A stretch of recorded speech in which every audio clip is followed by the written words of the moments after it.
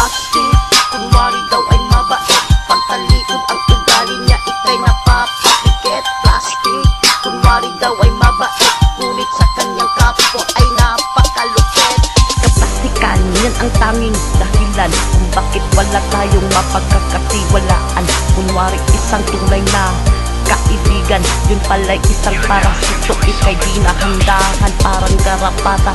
Ikaw ay sisipsipin hanggang sa ikaw ay matuyot. Dugo mo'y uubusin, ang sarap tirisin. Huwag ka nang lumapit sa'kin, ang dapat sa'yo ibabad na sa suka at asin.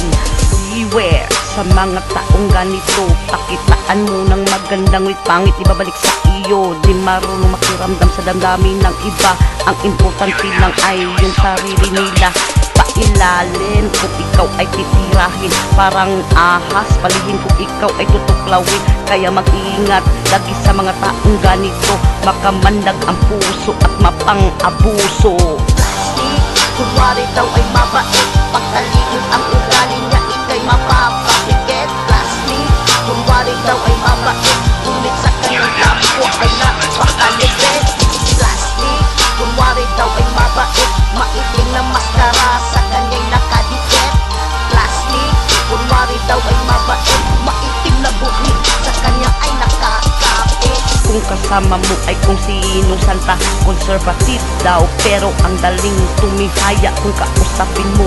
Pahiya-hiya pa, di ka pa nga naligaw, aangkinin ka na.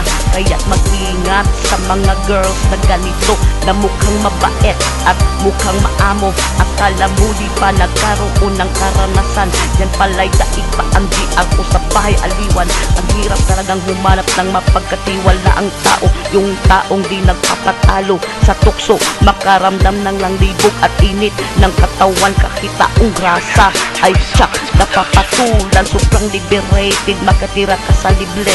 Okay na sa kanya kahit sa damuhan at palahid, parang aso kung umungol ay pa ang may sanib, makaraos lang kahit magkasugat-sugat ang dibdib. Plastic, kunwari daw ay mabait, pagtalikod ang ugali niya ikay mapapakikit. Plastic, kunwari daw ay mabait, ngunit sa kanyang kapwa ay napakalipit. Plastic, kunwari daw ay mabait, maitim na maskara sa kanya'y nakadikit. Plastic, kunwari daw ay mabait, maitim na buhit sa kanya ay nakakapit. Lagad ng Diyos kung siya ay tatawagin, laging nagsisimba at laging nananalangin. Ngunit pag uwi ng bahay, pag bumura ang ihahain ka, saan ay nakikita sa paligid natin? Salita ng Diyos ang palaging sinasambit, banal na aklat sa kilikili ay nakaibet. Mensahero ng katotohanan laging binibirit, ngunit mga maling paniniwala ay itinipilit. Patawad naman sa mga natamaan ko, ang gusto ko lang naman ay maging totoo, totoong tao at maging sa sarili mo. Huwag maging plastic at huwag maging pakitang tao.